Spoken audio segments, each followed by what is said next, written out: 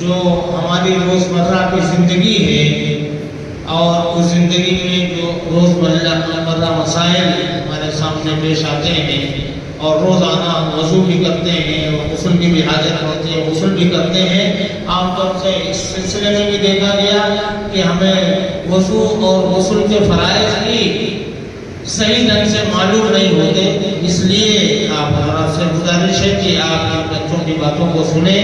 محمد یامین صلی اللہ علیہ وسلم آپ حضرات کے سامنے تشریف لا رہے ہیں اور وہ وضو اور غسل کے فرائض سے ہم سب کو آگاہ کروائیں گے۔ اللہ تعالی ہم سب کو تمام فرائض کے اوپر صحیح طریقے سے عمل کرنے کی توفیق عطا فرمائے۔ السلام علیکم ورحمۃ اللہ وبرکاتہ۔ محترم حضرات، میں آپ حضرات کے سامنے غسل کے فرائض اور وضو کے فرائض پیش کرنا چاہتا ہوں۔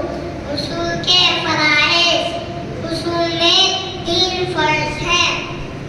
نمبر 1 منہ بھر کر کلی کرنا، نمبر 2 ناک میں پانی ڈالنا، نمبر 3 پورے بدن پر اس طرح پانی بہانا کہ ایک پل برابر بھی کوئی جگہ سوکھی نہ رہے۔ وضو کے فرائض، وضو میں 4 فرض ہیں۔ نمبر 1 پیشانی کے بالوں سے ٹھوٹی کے نیچے تک اور ایک کان کی لو سے دوسرے کان کی لو تک پورا چہرہ دھونا۔ نمبر 2 دونوں ہاتھ کمریوں سمیت دھونا۔ نمبر 3 چوتھائی سر کا مسح کرنا۔ نمبر 4 دونوں پاؤں ٹخنوں سمیت دھونا۔ السلام علیکم ورحمۃ اللہ وبرکاتہ۔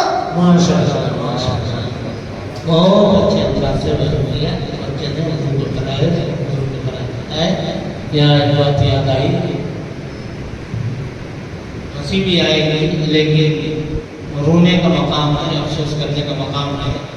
کسی صاحب نے پوچھا کسی سے کہ وضو میں کتنے فرائض ہیں، انہوں نے کہا کہ معلوم نہیں۔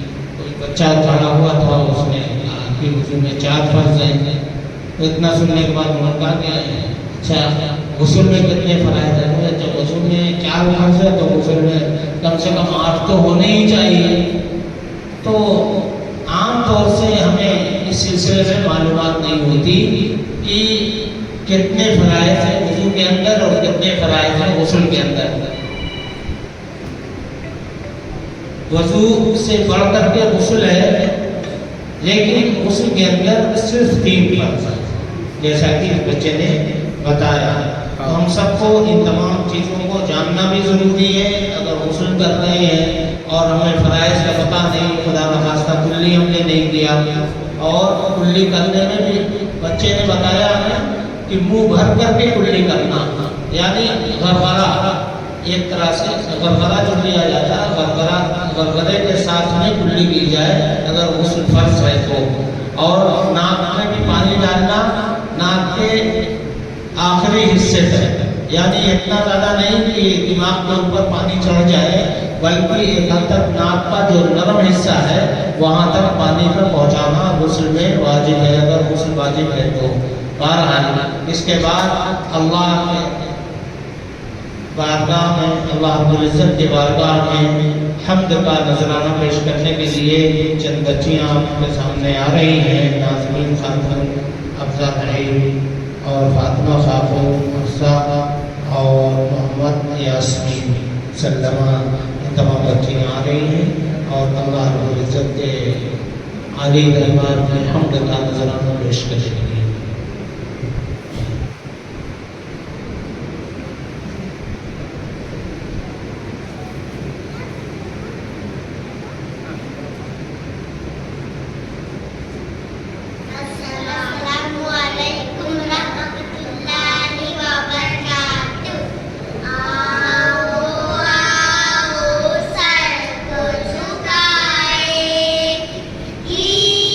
خدا کی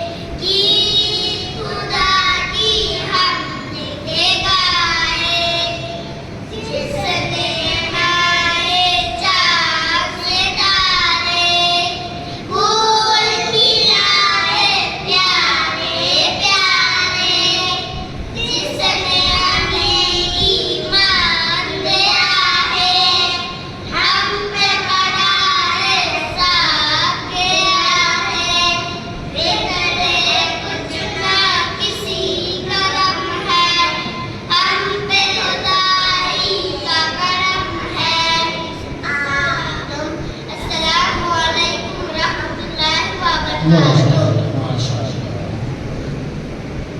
یقینی طور سے اللہ رب العزت ان بچوں کی معصوم زبانوں سے اپنی حمد اور اپنی تعریف سن کر کے کتنا خوش ہو رہے ہوں گے، اور یہ چیزیں صرف بچوں کے لیے نہیں، ہم سب کے لیے بھی آخرت میں کامیابی کی ضمانت ہے۔ اور اللہ رب العزت کو کس بچے کا کون سا عمل پسند آ جائے اور اس کے ذریعے سے ان بچوں کے ماں باپ کی نجات ہو جائے، مغفرت ہو جائے۔ اللہ رب العزت ہم سب کے بچوں کو نیک اور صالح بنائے اور ان کی زندگی ایمان کے نور سے منور فرمائے۔